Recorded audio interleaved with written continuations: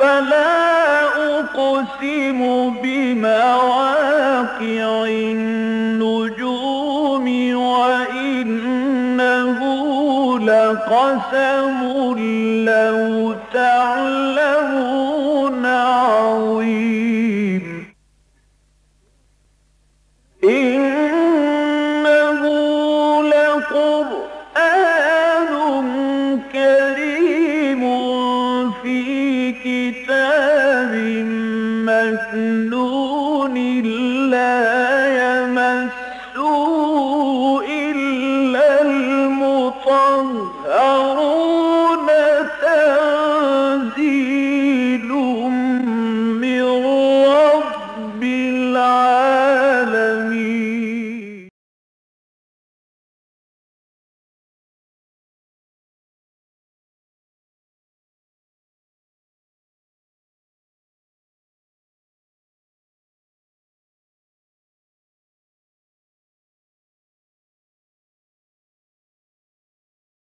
أعوذ بالله من الشيطان الرجيم. بسم الله الرحمن الرحيم. وجعلوا الملائكة الذين هم عباد الرحمن إناثا أشهدوا خلقهم ستكتب شهادتهم ويسألون. وقالوا لو شاء الرحمن ما عبدناهم ما لهم بذلك من علم إن هم إلا يخرصون. أم آتيناهم كتابا من قبله فهم به مستمسكون. بل قالوا إنا وجدنا آباءنا على أمة وإنا على آثارهم مهتدون. وكذلك ما أرسلنا من قبلك في قرية من نذير إلا قال مترفوها إنا وجدنا آباءنا على أمة وإنا على آثارهم مقتدون. قال أولو جئتكم بأهدى مما وجدتم عليه آباءكم قالوا إنا بما أرسلتم به كافرون. فانتقمنا منهم فانظر كيف كان عاقبة المكذبين.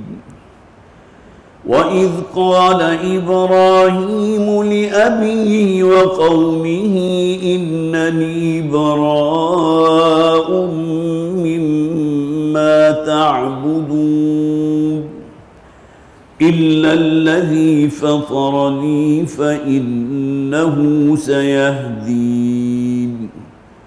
وجعلها كلمة باقية في عقبه لعلهم يرجعون. بل متعت هؤلاء وآباءهم حتى جاءهم الحق ورسول مبين. ولما جاءهم الحق قالوا هذا سحر وإنا به كافرون. وقالوا لولا نزل هذا القرآن على رجل من القريتين عظيم أهم يقسمون رحمة ربك نحن قسمنا بينهم معيشتهم في الحياة الدنيا ورفعنا بعضهم فوق بعض درجات ليتخذ بعضهم بعضا سخريا ورحمة ربك خير مما يجمعون. صدق الله العظيم. رب اشرح لي صدري ويسر لي أمري واحلل عقدة من لساني يفقهوا قولي. اللهم ألهمنا رشدنا وأعذنا من شرور أنفسنا آمين يا رب العالمين. حضرات، ان محافل درس میں سورہ زخرف ہمارے زیر مطالعہ ہے. اس کے 2 رکوع ابھی مکمل نہیں ہو سکے تھے. کل 20 آیات کی ہم نے تکمیل کی تھی. جو آخری آیات ہم نے پڑھی اس میں بہت ہی لطیف انداز میں مشرکین عرب کا جو وہ شرک تھا جس میں وہ اللہ کی بیٹیاں قرار دیتے تھے فرشتوں کو، اور انہی کی مورتیں بنا کر انہی کی پرستش کرتے تھے، انہی کی پوجا کرتے تھے، انہی کے نام پر نظر و نیاز بھی ہوتی تھی. تو اس کے اوپر بہت ہی لطیف انداز میں ایک یہاں طنز کیا گیا تھا. فرمایا گیا وَإِذَا بُشِّرَ أَحَدُهُمْ بِمَا ضَرَبَ لِلرَّحْمَنِ مَثَلًا ظَلَّ وَجْهُهُ مُسْوَدًّا وَهُوَ كَظِيمٌ. جب ان میں سے کسی شخص کو خوشخبری دی جاتی ہے کہ اس کے ہاں کسی بیٹی کی ولادت ہوئی ہے بالانثى، اور جیسا کہ میں نے عرض کیا کہ ان کا عقیدہ یہ تھا کہ فرشتے اللہ کی بیٹیاں ہیں. وَإِذَا بُشِّرَ أَحَدُهُمْ بِمَا ضَرَبَ لِلرَّحْمَنِ مَثَلًا، جو یہ رحمان کی طرف منسوب کرتے ہیں کہ فرشتے اللہ کی بیٹیاں ہیں، ان کا یہ حال ہے کہ جب انہیں کسی بیٹی کی ولادت کی خبر ملتی ہے غَلَّ وَجْهُهُ مُسْوَدًّا وَهُوَ كَظِيمٌ، تو اس شخص کا چہرہ سیاہ پڑ جاتا ہے، لٹک جاتا ہے، بہت ہی ندامت اور پریشانی اس کے اوپر ہویدہ ہوتی ہے، اور وہ دل ہی دل میں اپنے غصے کو، اپنی بیزاری کو پینے لگتا ہے. أَوَمَنْ يُنَشَّأُ فِي الْحِلْيَةِ وَهُوَ فِي الْخِصَامِ غَيْرُ مُبِينٍ، بھلا وہ بیٹیاں کہ جن کی پرورش ہوتی ہے کھلونوں کے اندر، کچھ زیورات کے اندر، کچھ بناؤ سنگھار کے اندر، زیب و زینت کے اندر، اور وہ کہ جو گفتگو بھی صحیح نہیں کر پاتی. کہیں کسی سے مکالمہ ہو جائے تو جو ایک لڑکا یا مرد جو ہے جو اظہار ما فی الضمیر کر سکتا ہے، لڑکیاں یا عورتیں اس پر قادر نہیں ہوتی. وَجَعَلُوا الْمَلَائِكَةَ الَّذِينَ هُمْ عِبَادُ الرَّحْمَنِ إِنَاثًا، اور انہوں نے ان فرشتوں کو اللہ کی بیٹیاں قرار دے دیا. سورہ نجم میں جو فرمایا گیا تھا یہ بہت ہی بھونڈی تقسیم ہے جنہوں نے کی. أَلَكُمُ الْبَنَاتُ وَلَكُمُ الْبَنُونَ، کہ اللہ تعالیٰ نے اپنے لیے تو جو ہے بیٹیاں منتخب کر لی، اسے بیٹیاں پسند ہیں، فرشتے اللہ کی بیٹیاں تم قرار دیتے ہو، اور تمہیں اپنے لیے بیٹے پسند ہیں. تِلْكَ إِذًا قِسْمَةٌ ضِیزَىٰ، سورہ نجم میں فرمایا گیا یہ بہت ہی بھونڈی تقسیم ہے جو تم نے کی ہے. وَقَالُوا لَوْ شَاءَ الرَّحْمَنُ مَا عَبَدْنَاهُ، یہ آیت وہ تھی جو ہمارے آخری جو آیات تھی ان میں زیر مطالعہ تھی. اور ان کا کہنا یہ ہے کہ اگر رحمان چاہتا تو ہم ان کی بندگی نہ کرتے، ان فرشتوں کو اللہ کی بیٹیاں قرار نہ دیتے. یا ہمارے اس شرک کو جو تم بدترین شرک کہتے ہو کہ کسی کو اللہ کی ذات میں شریک قرار دے دینا، کسی کو اللہ کا بیٹا یا بیٹی قرار دے دینا، اگر اللہ چاہتا تو ہم یہ نہ کرتے. اللہ کے اذن کے بغیر تو کچھ بھی نہیں ہو سکتا. وَقَالُوا لَوْ شَاءَ الرَّحْمَنُ مَا عَبَدْنَاهُمْ، اور کہتے یہ ہیں کہ اگر رحمان چاہتا تو ہم ان کو نہ پوجتے. مَا لَهُمْ بِذَلِكَ مِنْ عِلْمٍ، اب اس کے لیے ان کے پاس کوئی علمی دلیل نہیں ہے. جیسا کہ قرآن کہتا ہے نا قُلْ هَاتُوا بُرْهَانَكُمْ إِن كُنتُمْ صَادِقِينَ، اگر تم اپنے اس دعوے میں سچے ہو اور واقعتاً تم مخلص ہو تو تمہیں چاہیے کہ کوئی دلیل پیش کرو. کسی نوشتہ الہی میں کوئی تحریر موجود ہو، کسی نبی یا کسی رسول کی تعلیمات میں یہ بات موجود ہو. کیسے ممکن ہے کہ اللہ تعالیٰ اتنی بڑی بات کہ اس کی بیٹیاں ہیں فرشتے اور ان کو تمہیں پوجنا چاہیے، یہ بات کسی کو نہ بتاتے؟ انہم الا یخرصون، یہ اصل میں بہت ہی بے بنیاد اور بہت ہی بھونڈی باتیں جو کہہ رہے ہیں، سوائے اٹکل پچو کے اور اندھیرے میں تیر چلانے کے کوئی اور شے نہیں ہے کہ جو ان کے پیش نظر ہو۔ اب یہ جو دلیل یہ دے رہے ہیں کہ اگر اللہ چاہتا تو ہم یہ کام نہ کرتے، یہ دلیل عام طور پر ہمارے ہاں بھی دی جاتی ہے کہ کوئی شخص اگر غلط کام کر رہا ہے تو بالآخر آپ نے اسے سمجھایا ہے، کوشش کی ہے کہ شاید وہ صحیح بات تک پہنچ جائے، اس کی نصح اور خیرخواہی کے لیے آپ نے اسے نصیحت کی ہے، لیکن وہ جواب میں یہ کہتا ہے دیکھو اللہ تعالیٰ اگر چاہے گا تو میں سیدھے رستے پر آ جاؤں گا، جب تک اللہ نہیں چاہتا میں نہیں آ سکتا۔ تم جانتے ہو اس بات کو، ما اصاب من مصیبت فی الارض ولا فی انفسکم الا فی کتاب من قبل ان نبرأ، کوئی شے واقع نہیں ہوتی، کوئی تبدیلی واقع نہیں ہوتی، نہ اس پوری کائنات میں نہ اس زمین پر، جب تک کہ اللہ نہ چاہے، اور اللہ کی کتاب علم میں وہ پہلے سے موجود ہے۔ تو سورہ یاسین کے اندر یہی بات جو ہے بہت ہی ایک خوبصورت انداز میں بیان کی گئی۔ یہ جو مشرکین مکہ تھے ان میں بڑے متمول بھی تھے، بڑے روپے پیسے والے، مال و دولت والے، اور اگر ان سے پوچھا جاتا تھا تو وہ یہ کہا کرتے تھے کہ یہ تو اللہ کا کرم ہے، فلاں دیوی کی کرپا ہے، فلاں دیوی کی جو ہے وہ نزل کرم ہے جس کی وجہ سے مجھے یہ مل گیا۔ تو فرمایا گیا وَإِذَا قِيلَ لَهُمْ أَنفِقُوا مِمَّا رَزَقَكُمُ اللَّهُ، یہ سورہ یاسین کی آیت نمبر 47 ہے۔ جب انہیں کہا جاتا ہے کہ اللہ نے جو کچھ تمہیں دیا ہے، دیا تو اللہ کا ہے نا، اس میں سے خرچ کرو۔ تمہارے اپنے علاقے میں کتنی ہی ایسی ہیں جو جنہیں ممکن ہے 2 وقت کی روٹی میسر نہ ہو، ان کے کھانے پینے کا کوئی بندوبست کرو، کسی ضرورت مند کی ضرورت کو پورا کرو، کسی محتاج کے احتیاج کو رفع کرو۔ وَإِذَا قِيلَ لَهُمْ أَنفِقُوا مِمَّا رَزَقَكُمُ اللَّهُ، جب انہیں کہا جاتا ہے خرچ کرو جو اللہ نے تمہیں دیا، قَالَ الَّذِينَ كَفَرُوا لِلَّذِينَ آمَنُوا، تو کہتے ہیں یہ کافر ان اہل ایمان سے جو انہیں توجہ دلاتے ہیں اس بات کی طرف۔ قرآن حکیم میں قارون کا ذکر بھی کیا گیا،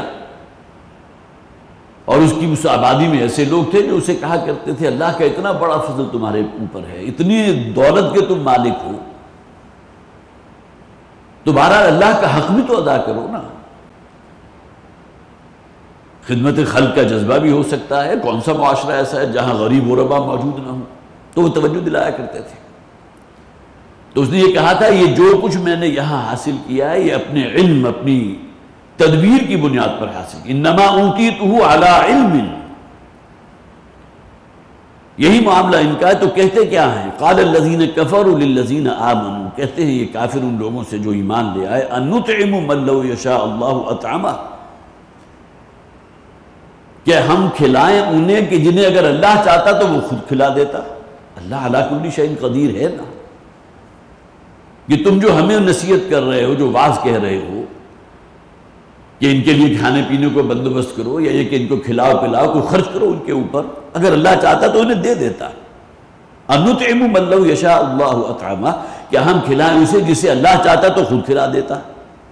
ان انتم الا فی ضلال مبین، اس کے بعد تبصرہ کیا گیا یہ جو سوچ ہے انتہائی بھونڈی سوچ ہے۔ گویا کہ ہر شے تو اس کا نتیجہ کیا نکلے گا؟ اگر کوئی شخص کوئی بدکاری کر رہا ہے تو وہ بھی یہ کہہ سکتا ہے اللہ نے چاہا تو میں نے کیا۔ حالانکہ ایک شے وہ ہے جسے ہم اللہ کی رضا کہتے ہیں، اللہ کس سے راضی ہے، کون سے اعمال وہ ہیں جس سے اللہ خوش ہوتا ہے، اور ایک ہے جسے ہم اذن کہتے ہیں، اللہ کے اذن کے بغیر کچھ نہیں ہو سکتا۔ اگر کوئی شخص بدکاری کے ارادے سے نکلا ہے تو اس کے لیے وہ رستے کھلے ہیں، اللہ تعالیٰ ان رستوں کو بند نہیں کرے گا۔ اللہ کے اذن کے بغیر تو کوئی پتہ تک حرکت نہیں کر سکتا، ہمارا ایمان ہے۔ تو وَقَالُوا لَوْ شَاءَ الرَّحْمَنُ مَا عَبَدْنَاهُمْ، یہ کہتے ہیں کہ اگر رحمان چاہتا تو ہم ان کی پوجا نہ کرتے، ان فرشتوں کو اللہ کی بیٹیاں قرار نہ دیتے۔ مَا لَهُمْ بِذَلِكَ مِنْ عِلْمٍ إِنْ هُمْ إِلَّا يَخْرُصُونَ، یہ تو اصل میں اندھیرے میں تیر چلا رہے ہیں، بے بنیاد بات ہے۔ أَمْ آتَيْنَاهُمْ كِتَابًا مِنْ قَبْلِهِ فَهُمْ بِهِ مُسْتَمْسِكُونَ، کیا ان کے پاس کوئی کتاب یا کوئی نوشتہ ایسا موجود ہے کہ جس کو انہوں نے بڑی مضبوطی سے تھام لیا؟ آگے ذکر آ جائے گا، حضرت ابراہیم علیہ السلام کا ذکر شروع ہو رہا ہے 3 رکوع میں، اس لیے کہ مشرکین عرب نے آپ کو دین ابراہیمی پر سمجھتے تھے، حج کی عبادت بھی تو چلی آ رہی تھی نا، بیت اللہ کی جو تعمیر ہوئی حضرت ابراہیم اور حضرت اسماعیل علیہ السلام نے اس کی بنیادوں کو جو بلند کیا ہے، تو اس کے بعد حج کی عبادت تو شروع ہو گئی۔ وَأَذِّن فِي النَّاسِ بِالْحَجِّ يَأْتُوكَ رِجَالًا وَعَلَىٰ كُلِّ ضَامِرٍ، بڑا خوبصورت آیات ہے سورہ حج کے بالکل درمیان میں، کہ حضرت ابراہیم علیہ السلام کو پھر حکم دیا گیا ذرا ندا لگاؤ، پکار اور صدا لگاؤ لوگوں کو اس حج کے لیے، اس بیت اللہ کی طرف۔ تو وہ ذرائع تو نہیں تھے جو آج موجود ہیں، لیکن ایک اللہ تعالیٰ نے حضرت ابراہیم علیہ السلام کی اس آواز کو کہاں کہاں تک پہنچایا کہ لوگ چلے آ رہے ہیں دور دراز کی وادیوں سے اپنی اونٹنیوں کو دبلا کرتے ہوئے وہاں پہنچ رہے ہیں۔ تو ام آتیناہم کتابا من قبلہ، کیا ان کے پاس کوئی صحیفہ ہے، کوئی نوشتہ ہے جو اللہ کا حکم موجود ہے، فہم بہ مستمسکون، کو اس کو انہوں نے بڑی مضبوطی سے تھام لیا اور اسی شرک کے اوپر قائم ہیں کہ فرشتے اللہ کی بیٹیاں ہیں۔ اور جب انہیں کہا جاتا تھا کہ کیوں پوچھتے ہو ان کو، وَمَا نَعْبُدُهُمْ إِلَّا لِيُقَرِّبُونَا إِلَى اللَّهِ زُلْفَىٰ، ان کے پاس دلیل موجود تھی کہ اب انہیں نہیں پوچھتے، اصل میں ہم تو ان کے نام پر یہ نظر نیاز کرتے ہیں تاکہ یہ فرشتے اللہ کے ہاں ہماری شفاعت کر سکیں۔ گویا کہ باعث بعد الموت کے کسی درجے میں قائل تھے، اگرچہ وہ لوگ بھی تھے کہ جو چٹا انکار کرنے والے تھے۔ ان ہی الا حیاتنا الدنیا نموت و نحیا، جو کچھ ہے بس دنیا کی زندگی ہے، اس دنیا کے بعد کی کسی زندگی کے ہم قائل ہی نہیں، اس پر ہمارا کوئی ایمان نہیں۔ لیکن ایسے بھی تھے جو آخرت کو مانتے تھے اور یہ سمجھتے تھے کہ یہ فرشتے اللہ کے ہاں ہماری یہ جو ہے یہ دیویاں اور دیوتا ان کے جو مزعومہ خدا تھے اللہ کے ہاں آگ جا کر ان کی سفارش کریں گے۔ بل قالوا انا وجدنا آباءنا علی امۃ، سوائے اس کے ان کے پاس اور کوئی دلیل نہیں ہے کہ یہ کہتے یہ ہیں انا وجدنا آباءنا علی امۃ، ہم نے اپنے آباء و اجداد کو ایک طریقے پر پایا، علی امۃ، وہ کہ ایک وہ طریقہ جو ہمارے آباء و اجداد سے چلا آ رہا ہے، یہ ایک پوری امت ہے نا۔ جیسا کہ میں نے عرض کیا تھا کہ دینی ابراہیمی پر یہ اپنے آپ کو دعوے دار تھے کہ ہم اس پر قائم ہیں، لیکن امیڈیٹ جو ان کے آباء و اجداد تھے، جو ان کے والد تھے، دادا تھے، پردادا تھے، اس سے اوپر یہی طریقہ چلا آ رہا تھا بت پرستی کا۔ انا وجدنا آباءنا علی امۃ، ان کو ایک طریقے پر، ایک راہ پر، ایک جو انہوں نے مسلک اپنے لیے اختیار کر لیا تھا، ہم نے ان کو پایا ہے، ہمارے لیے اور کوئی دلیل کارگر نہیں ہے۔ یہی بات ہمارے لیے سب سے بڑی دلیل ہے کہ ہم اپنے آبائی دین کو چھوڑنے کو تیار نہیں۔ بل قالوا انا وجدنا آباءنا علی امۃ وانا علی آثارہم مہتدون، اور ہم تو انہی کی نقش پا کی پیروی کرتے ہوئے گویا کہ ہدایت کے رستے پر ہم ہیں، بالکل مادرزاد برہنہ ہو کر طواف کرنا بیت اللہ کا، یا اگر وہ سمجھتے تھے کہ بہت بڑی عبادت ہے تو اس کے اوپر جازم تھے، ہم ہدایت کے رستے پر ہیں۔ کوئی اونٹ قربان کیا کسی دیوی یا دیوتا کے نام پر اور اس کے خون سے جو ہے اس دیوی کو بھی رنگین کر دیا اور بیت اللہ کی دیواروں کو بھی لتھیڑ دیا، اور یہ سمجھتے تھے کہ بہت اونچے درجے کی نیکی کا کام ہے، ہمارے آباء و اجداد چلے آ رہے ہیں، انتہائی مقدس دین ہے۔ وَإِنَّا عَلَىٰ آثَارِهِم مُهْتَدُونَ، ہم تو انہی کے نقش پا پر ہیں اور ہدایت کے رستے پر ہیں، اسی پر چل رہے ہیں۔ وَكَذَلِكَ مَا أَرْسَلْنَا مِن قَبْلِكَ فِي قَرْيَةٍ مِّن نَذِيرٍ،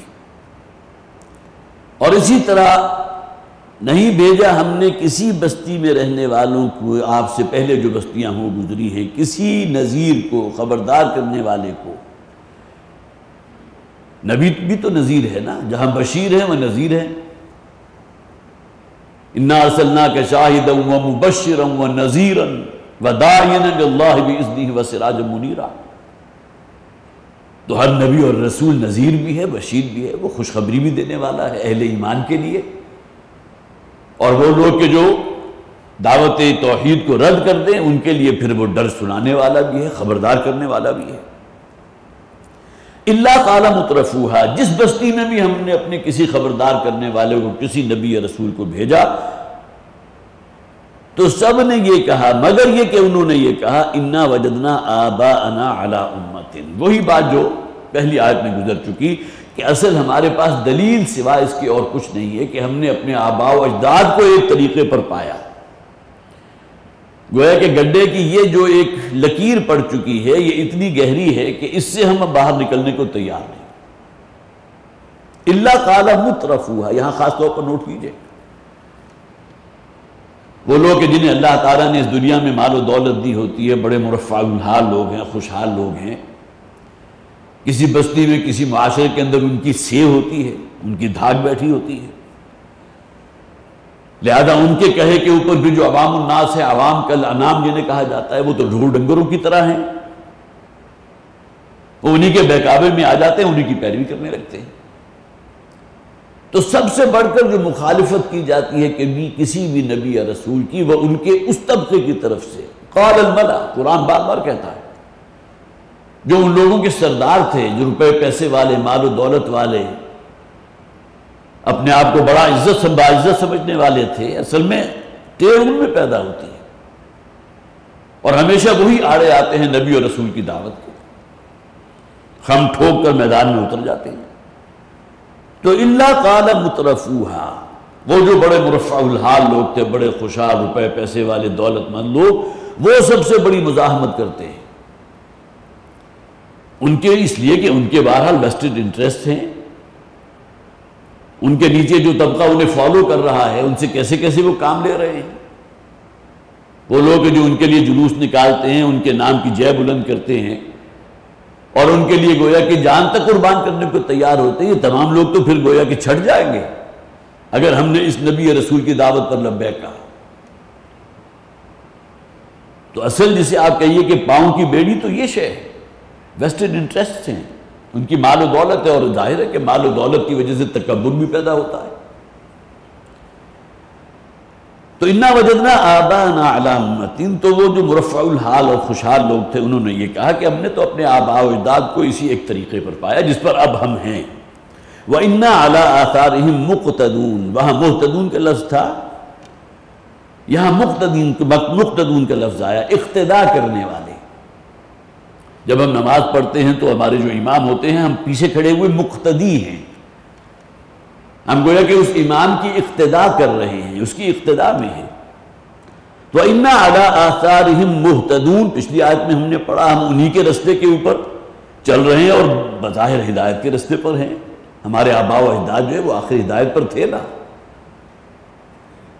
اور یہاں فرمایا گیا وَإِنَّا عَلَىٰ آثَارِهِمْ مُقْتَدُونَ، اور ہم انہی کے نقش پا پر، انہی کے آثار کا اقتداء کر رہے ہیں، پیروی کر رہے ہیں. قَالَ أَوَلَوْ جِئْتُكُمْ بِأَهْدَىٰ مِمَّا وَجَدتُّمْ عَلَيْهِ آبَاءَكُمْ، تو اس بستی کی طرف اللہ نے جس کو بھی نبی یا رسول بنا کر بھیجا تھا، تو اس نے یہ کہا کہ کیا میں وہ شے تمہارے سامنے پیش کروں کہ جو کہیں بہتر ہے، بِأَهْدَىٰ مِمَّا وَجَدتُّمْ عَلَيْهِ آبَاءَكُمْ، جو کہیں زیادہ ہدایت یافتہ ہے، کہیں بہتر بات ہے اس بات سے کہ جس پر تم نے اپنے آباء و اجداد کو پایا. کیسی کیسی خرافات تمہارے ہاں موجود ہیں، کس قسم کی رسومات کے اندر تم مبتلا ہو، اور اس کا ذکر قرآن جگہ جا کے کرتا ہے. شرک جس اعتبار سے ان کے ہاں موجود تھا، فلاں اونٹ جو ہے اس کی جو ہے اس کا اگر نر بچہ ہوا تو فلاں ہوگا، فلاں کے نام ہو گیا، یہ فلاں دیوی کے نام پر ہے، اب اس کو کوئی کچھ نہیں کہہ سکتا، یہ چاہے تو کسی کے کھیت میں جا کر منہ مار لے، اور اس اونٹنی کا دودھ جو ہے وہ ہمارے اوپر حرام ہے، یہ کل کا کل جو ہے فلاں دیوی کی کرپا میں اس کی نظر ہوگا. یہ تمام چیزیں کہاں سے آ گئیں؟ خرافات ہیں. تو وہ کہتے تھے خواہ میں تمہارے سامنے وہ شے پیش کروں بِأَهْدَىٰ مِمَّا وَجَدتُّمْ عَلَيْهِ آبَاءَكُمْ، جو کہیں بہتر ہو، زیادہ ہدایت والی ہو اس سے کہ جس پر تم نے اپنے آباء و اجداد کو پایا. قَالُوا إِنَّا بِمَا أُرْسِلْتُمْ بِهِ كَافِرُونَ، تو جواب ان لوگوں کا کیا تھا؟ گویا کہ بالکل جسے آپ کا یہ چٹا انکار ہے، بالکل اندھوں کی طرح اپنی اسی جو آباء و اجداد کی ایک جو راہ تھی اسی کی پیروی کرنے پر مصر ہیں. تو کہا کیا انہوں نے انا بما ارسلتم به کافرون، کہ جو شے تم دے کر بھیجے گئے ہو، جو تمہارا لایا ہوا پیغام ہے، جس توحیدی کی طرف تم ہمیں بلا رہے ہو، ہم اس کا کفر کریں گے، ہم اسے ماننے والے نہیں. مکی صورتوں میں جا بجا تذکرہ موجود ہے. حضرت نوح علیہ السلام سے جہاں سلسلے کا آغاز ہوتا ہے تو فوراً بعد اکثر و بیشتر ان صورتوں کے اندر ذکر آتا ہے حضرت ہود علیہ السلام کا قوم عاد کی طرف. پھر عاد ثانیہ جنہیں قوم سمود کہا جاتا ہے، ان کی طرف حضرت صالح علیہ السلام کا، اور اس کے بعد بے شمار انبیاء اور رسول کا ذکر آتا ہے، اور پوری تمام جتنی بھی اقوام تھی ان کی طرف سے رد عمل ہمیشہ یہی رہا کہ ہم تو اس بات کو تسلیم کرنے کو تیار نہیں۔ فانتقمنا منہم، اور پھر ہم نے ان سے انتقام لیا۔ ظاہر ہے کہ رسول جو ہے وہ تو حجت بن کر آتا ہے نا، یہ مضمون پہلے بھی بیان کیا جا چکا ہے کہ نبی کتنے ہی انبیاء ہیں جن کو قتل کر دیا گیا، لیکن رسول حجت بن کر آتا ہے۔ رسول کو قتل کر دینا یا شہید کر دینا اس کا کوئی امکان نہیں۔ اِنَّا لَنَنْصُرُ رُسُولَنَا، ہم تو اپنے رسولوں کی لازماً مدد کرتے ہیں۔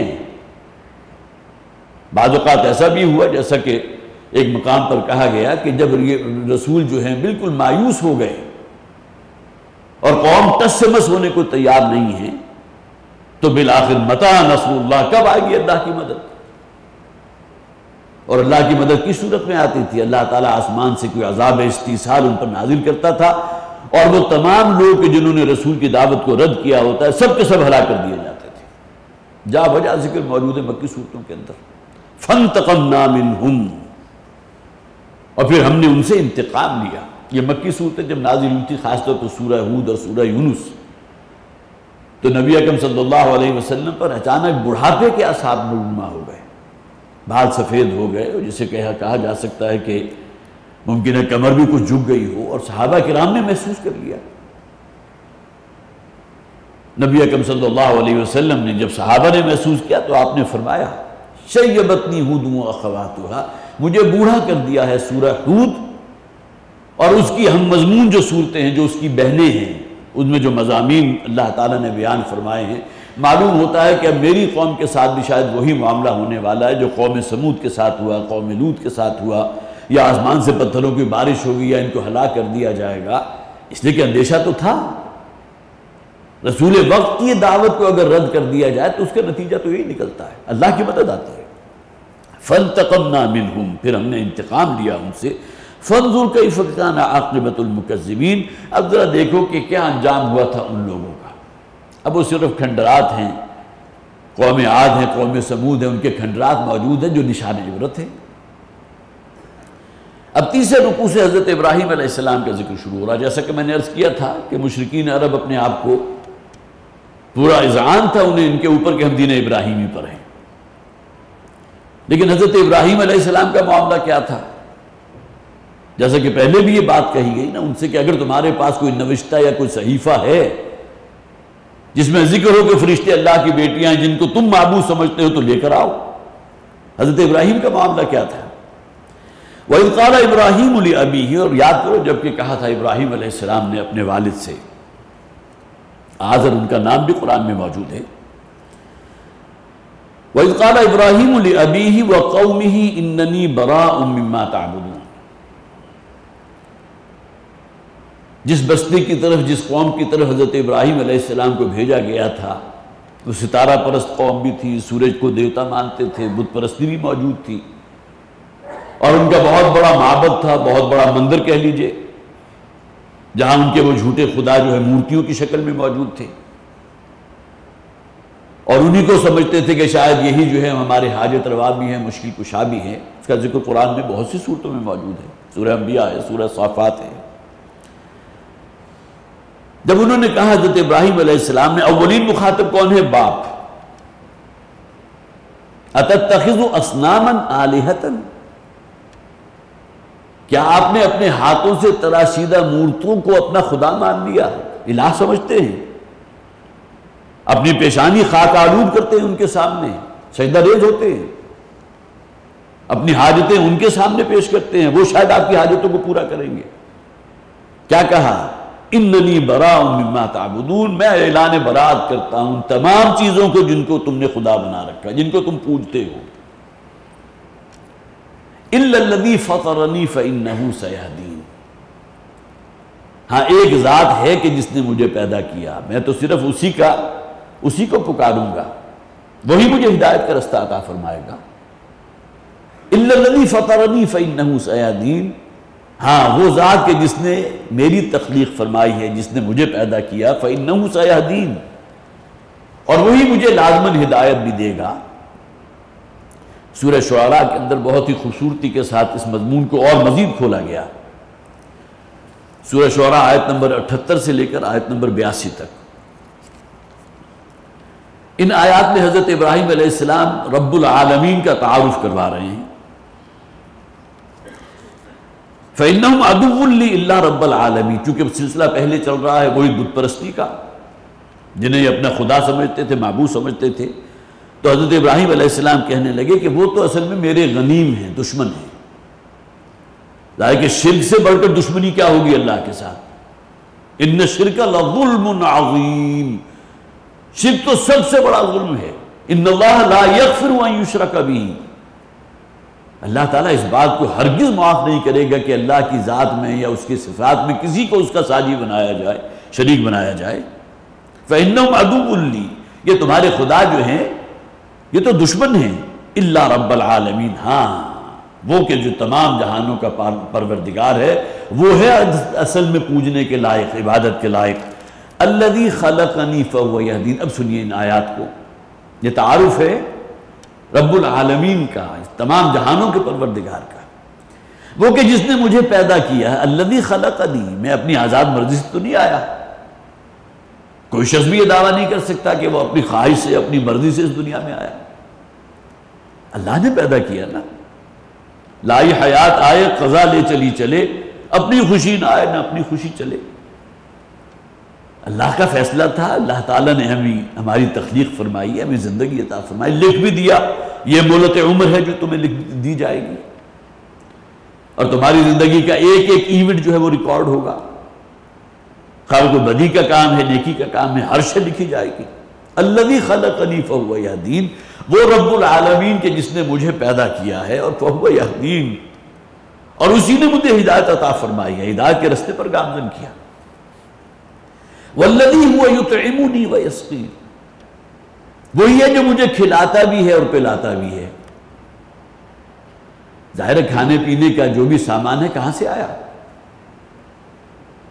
اللہ تعالیٰ مسبب الاسباب ہے، اسباب کے درجے میں بہت سی چیزیں ہیں، لیکن اصلاً یہ چیزیں ہمیں کون بہم پہنچا رہا ہے؟ وہ اللہ پہنچا رہا ہے۔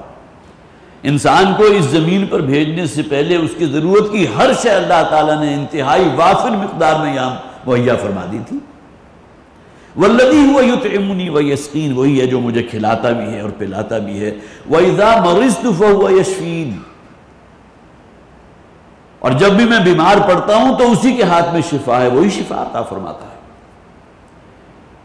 یہاں گویا کہ یہ مفہوم نہیں لیا جائے گا کہ ہمارا دین یا حضرت ابراہیم علیہ السلام جو ہے کوئی دوا دارو کے قائل نہیں تھے، یہ تمام چیزیں عالم اسباب کی ہیں۔ ہمارا اعتماد اور توکل اس دوا پر نہیں ہونا چاہیے، اس میڈیسن پر نہیں ہونا چاہیے، کسی سرجن پر نہیں ہونا چاہیے، شفا اللہ کے ہاتھ میں۔ وَإِذَا مَرِضْتُ فَهُوَ یشفین، جب بھی میں بیمار پڑتا ہوں تو شفا اس کی جانب سے ہے، وہ مجھے شفا عطا فرماتا ہے۔ وَالَّذِي يُمِيتُنِي ثُمَّ يُحْيِينِ، اور وہی ہے کہ ایک دن آئے گا کہ وہ مجھ پر موت کو مسلط کر دے گا۔ وَالَّذِي خَلَقَنِي فَهُوَ يَهْدِينِ، اسی نے مجھے پیدا کیا، پیدائش بھی اسی کے ہاتھ میں ہے، راہ ہدایت بھی مجھے اسی نے سجھائی ہے، اور ایک دن آئے گا کہ جب وہ موت مجھ پر مسلط کر دے گا اور میرا اس دنیا سے جو ہے وہ کوچ ہوگا۔ ثُمَّ يُحْيِينِ، لیکن اس کے بعد پھر مجھے دوبارہ زندہ بھی کرے گا۔ یہ خلاصہ ہے ہمارے دین کا۔ وَالَّذِي أَطْمَعُ أَن يَغْفِرَ لِي خَطِيئَتِي يَوْمَ الدِّينِ، اور وہی ذات ہے کہ جس سے مجھے امید ہے، بڑی توقع ہے کہ میری جو بھی کوئی خطا ہے، کوئی لغزش ہے، انسان سے ذہول ہو جاتا ہے، کسل ہو جاتا ہے، غفلت ہو جاتی ہے، وہ میری ان خطاؤں کو معاف فرمائے گا۔ یوم الدین، قیامت کے دن مجھ سے صرف نظر فرمائے گا، میری خطاؤں کو نظر انداز فرما دے گا۔ تو گویا کہ یہاں جو صرف ایک آیت کے اندر ہم نے پڑھا اِلَّا الَّذِي فَطَرَنِي فَإِنَّهُ سَيَهْدِينِ، یہاں اس کے لیے 6-7 آیات اس کی تفصیل ہے۔ وَجَعَلَهَا كَلِمَةً بَاقِيَةً فِي عَقِبِهِ لَعَلَّهُمْ يَرْجِعُونَ، اور حضرت ابراہیم علیہ السلام کا ذکر ہو رہا ہے، اور یہی بات گویا کہ وہی دین جو اسلام ہے،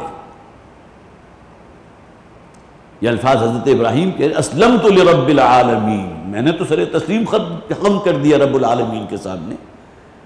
تو اس دین کو، اس توحید کو اس نے باقی رکھا، کلمتم باقیتن، وہ پائیدار اور باقی رہنے والا کلمہ، وہ کلمہ توحید، فی عقبہ، اپنی اولاد میں، لعلہم یرجعون، شاید کہ وہ رجوع کریں، یا یہ کہ وہ پلٹ آئیں میری طرف.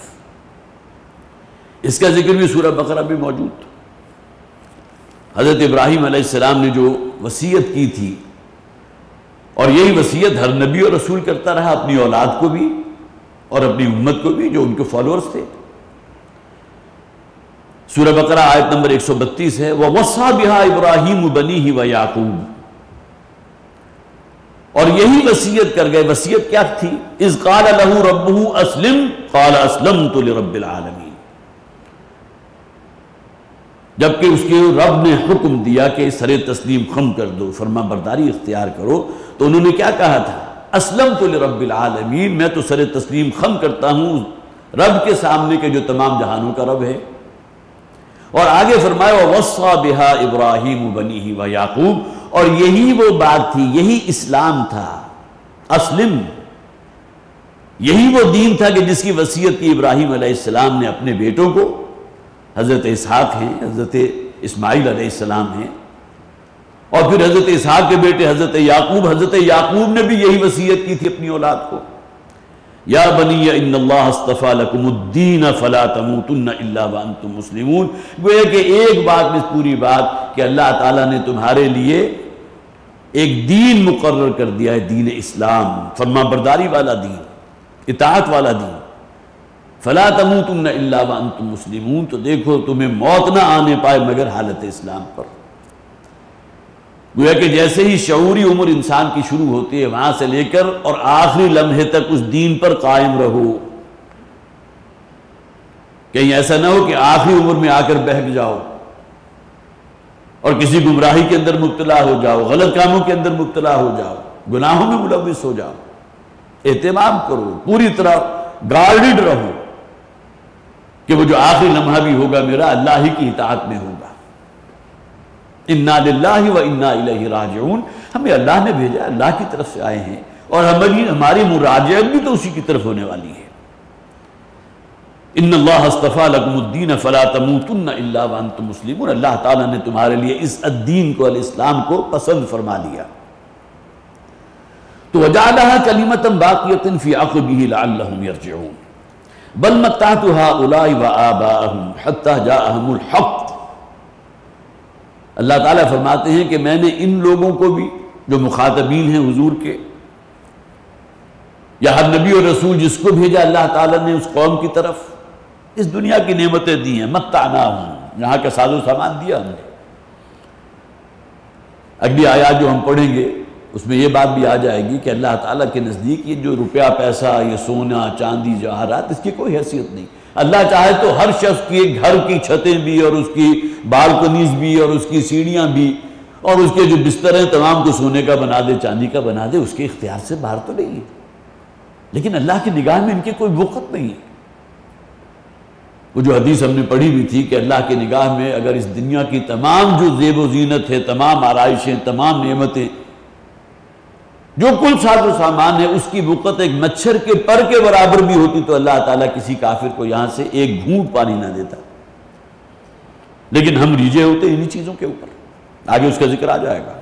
بل متعت ہؤلاء وآباءہم، ہم نے اس دنیاوی ساز و سامان، متاع زیست جو ہے ہم نے دیا تھا، ان لوگوں کو بھی دیا ہے جو اے محمد صلی اللہ علیہ وسلم آپ کے سامنے موجود ہے، آپ کے مخاطبین ہیں، اور ان کے آباء و اجداد کو حتی جاءہم الحق ورسول مبین، یہاں تک کہ ان کے پاس الحق آن پہنچا. یہ الحق کیا ہے؟ قرآن ہے، وہ دین جو اللہ نے دیا، سب سے بڑی نعمت، نعمت ہدایت. ورسول مبین، اور وہ رسول آ گئے جو بہت، اس دو اعتبارات سے اس کا مفہوم ہے. ایک تو یہ کہ کھول کھول کر سنا دینے والے، رسول مبین، کوئی شے تشنا نہیں ہے. الیوم اکملت لکم دینکم واتممت علیکم نعمتی، دین تو مکمل ہوا محمد رسول اللہ صلی اللہ علیہ وسلم پر. اور اب کوئی شے ایسی نہیں ہے کہ جو حضور نے بیان نہ کی ہو. ٹھیک ہے آنے والے زمانے میں جہاں نئی نئی اختراعات ہوں گی وہاں اجتہاد کا دروازہ کھلا ہے. تو رسول مبین کھول کھول کر سنا دینے والے، اس امانت کو پوری طرح اس امت تک پہنچا دینے والے، قوم تک پہنچا دینے والے. اور رسول مبین سے مراد یہ بھی ہے کہ جن کا رسول ہونا بالکل واضح ہے. گویا کہ آغاز وحی سے پہلے کی جو زندگی تھی حضور کی، آخر مکہ ہی میں بسر کی ہے نا آپ نے، اور انہی لوگوں سے جو حضور کے بعد میں جانی دشمن بن گئے الصادق اور الامین کا لقب حاصل کیا. پھر آخر کیا بکتا پڑی تھی ان پر کہ جیسے حضور نے یہ کہا کہ میں اللہ کا رسول ہوں اور تمہیں خبردار کر رہا ہوں موت کی بعد کی زندگی سے، اور اس دین کو اختیار کر جو دین توحید ہے، تو آپ کے جانی دشمن بن گئے. رسول مبین جن کا رسول ہونا بالکل واضح ہے، اس میں کوئی شک ہی نہیں. جو شخص 40 برس کی عمر گزار چکا ہے اس قوم کے درمیان، اس بستی میں، اور کیا وہ اس سے تو توقع رکھ سکتے ہو کہ وہ اتنا بڑا جھوٹ بولے گا جس نے زندگی کے کسی چھوٹے سے چھوٹے معاملے میں کسی شخص کو ان سے کسی غلط بیانی کا تجربہ نہیں ہوا، اتنا بڑا دعویٰ اور جھوٹ. معاذ اللہ ثم معاذ اللہ کہ میں اللہ کا رسول ہوں، اللہ تعالیٰ ایک فرشتے کو میری طرف بھیجتا ہے اور یہ پیغام جو ہے تمہیں پہنچا رہا ہوں یہ اللہ کا کلام ہے. کیسے ممکن ہے؟ تو رسول مبین جن کا رسول ہونا بالکل واضح ہے، اور وہ رسول کے جو ہر بات کو بالکل کھول کھول کر تفصیل سے بیان کر دیں. وَلَمَّا جَاءَهُمُ الْحَقُّ قَالُوا هَذَا سِحْرٌ وَإِنَّا بِهِ كَافِرُونَ. اور جب یہ حق، یہ قرآن اور یہ دین ان کے پاس آ گیا، ہمارے رسول نے اس دعوت کو ان کے سامنے رکھا، تو کیا کہا انہوں نے؟ قَالُوا هَذَا سِحْرٌ. تو انہوں نے اعتراض کیا کہ یہ تو اصل میں کوئی جادوگری ہے. اس لیے کہ دیکھا نا ابو بکر جو ہے وہ ایمان لے آئے، عثمان ایمان لے آئے، اور غلاموں کے طبقے میں سے بھی بہت سے لوگ ہیں جو نبی اکرم صلی اللہ علیہ وسلم کے ہاتھ پر اسلام انہوں نے قبول کر لیا. اب سوائے اس کے کہ یا تو انہوں نے شروع میں یہ کہا تھا کہ یہ تو دیوانے ہیں، کچھ معلوم ہوتا ہے کہ ہمارے کسی دیوتا یا دیوی کا کوئی جو ہے آسے بھی ان کے اوپر پڑ گیا، جو یہ بہکی بہکی باتیں کر رہے ہیں. یہ اعتراضات بھی کیے گئے. پھر یہ کہ یہ بھی کہا گیا یہ تو شاعر ہے یا کہانت ہے، یا کہیں کوئی جو ہے کوئی عبرانی زبان کا جاننے والا ہے کہ جس کے پاس بڑا علم ہے، جا کر رات کی تاریکی میں اس سے کوئی شے سیکھ کر آتے ہیں اور صبح آ کر یہ کہہ دیتے ہیں مجھ پر یہ وحی نازل ہوئی. معاذ اللہ ثم معاذ اللہ. یہ ان کے الفاظ میں بیان کر رہا ہوں. اور ایک بات یہ بھی تھی کہ ھذا سحر، یہ جادو ہے. قرآن کے الفاظ کے اندر وہ تاثیر تو ہے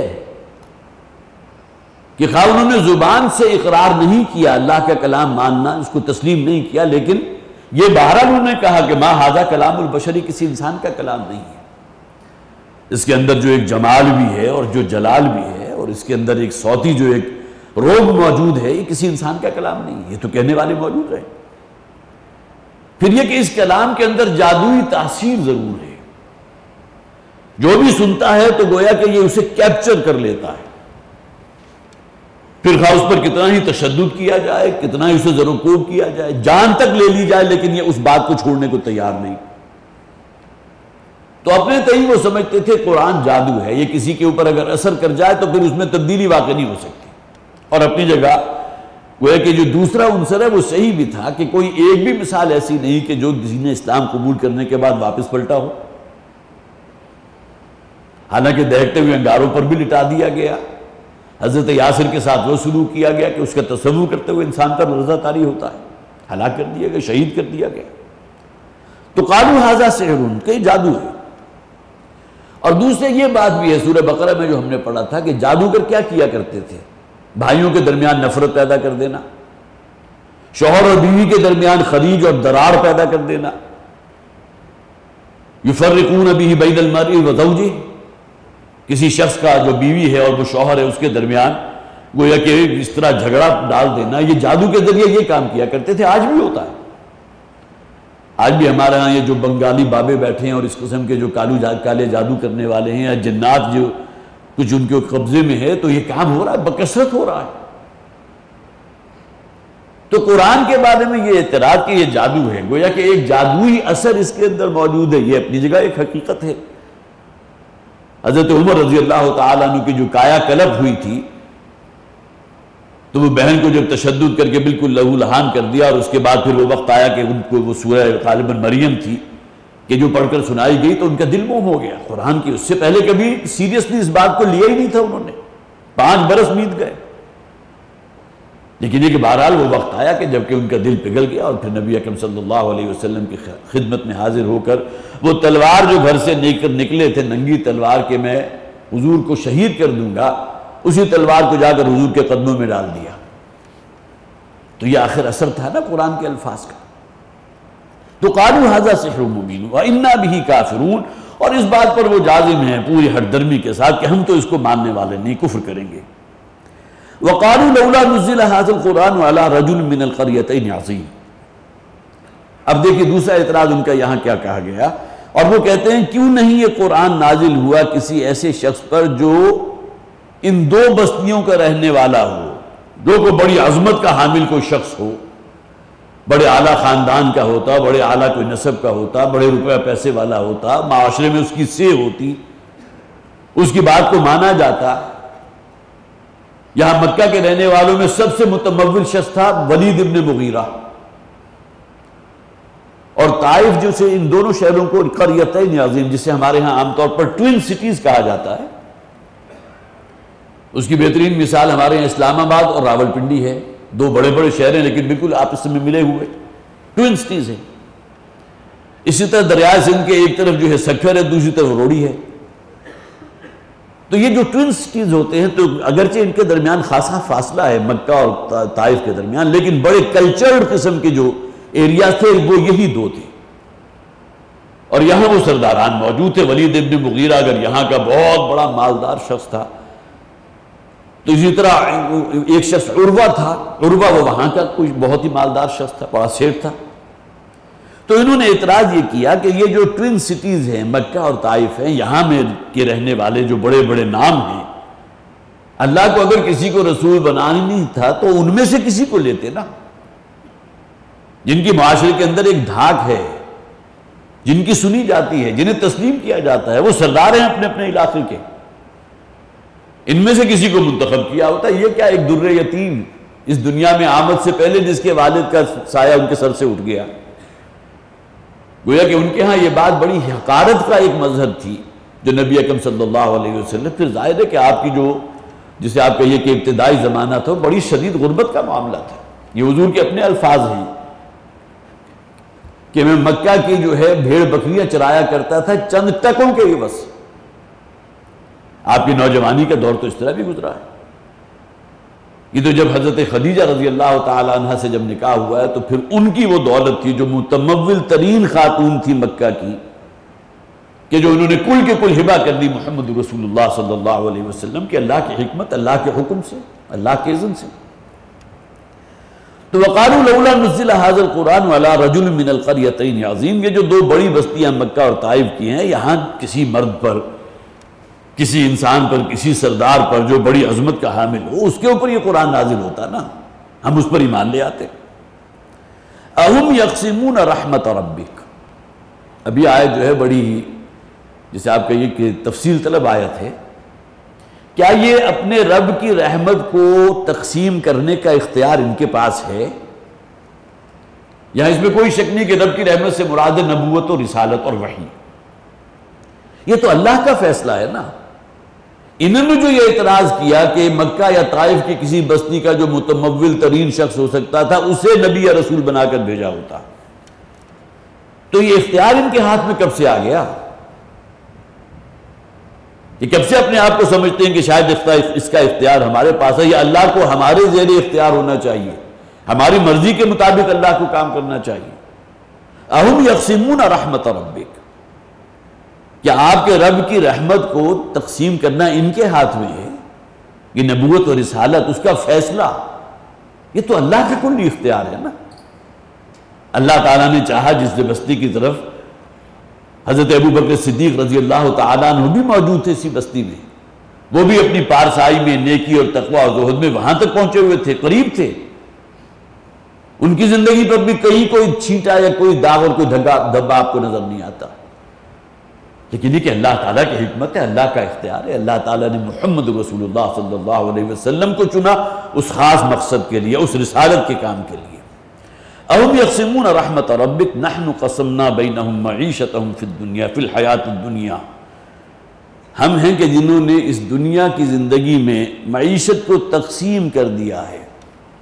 یہاں بالکل ایک دوسری بات آ رہی ہے، اس پر وقت ہمارا بالکل ختم ہو گیا، انشاءاللہ اگلی مرتبہ گفتگو ہوگی، صرف ترجمہ کر دیجئے۔ وَرَفَعْنَا بَعْضَهُمْ فَوْقَ بَعْضٍ دَرَجَاتٍ لِيَتَّخِذَ بَعْضُهُمْ بَعْضًا سُخْرِيًّا، اور ہم نے بعض لوگوں کو بعض پر فضیلت دی ہے، فوقیت دی ہے، تاکہ ان میں سے بعض دوسروں سے کام لے سکے، خدمت لے سکے۔ وَرَحْمَةُ رَبِّكَ خَيْرٌ مِّمَّا يَجْمَعُونَ، اور آپ کے رب کی رحمت جو ہے وہ کہیں بہتر ہے۔ یہاں پھر رحمت سے مراد وہ دین ہے، وہ قرآن ہے، وہ وحی ہے، وہ نبوت ہے، وہ کہیں بہتر ہے ان تمام دولت سے یا وہ تمام نعمتیں جو یہ اپنے لیے جمع کر رہے ہیں، جسے وہ خیر سمجھتے ہیں۔ ان کے نزدیک تو روپیہ پیسہ اور جائیداد یہ خیر ہے نا، جبکہ یہ نعمت ہدایت اور یہ قرآن کی نعمت یہ اتنی بڑی نعمت ہے کہ اس کے سامنے دنیا کی تمام نعمتوں کی کوئی وقت نہیں ہے، پر ایک کے برابر کوئی وقت نہیں رکھتی۔ آیت نمبر 32 تک ہم نے ابھی پڑھا ہے، لیکن یہ کہ ابھی اس آیت کا بقیہ حصہ انشاءاللہ اگلی مرتبہ ہمارے زیر درس آئے گا۔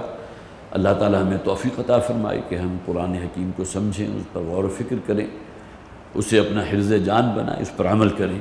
بارک اللہ لی ولکم فی القرآن العظیم ونفعنی وإیاکم بالآیات والذکر الحکیم۔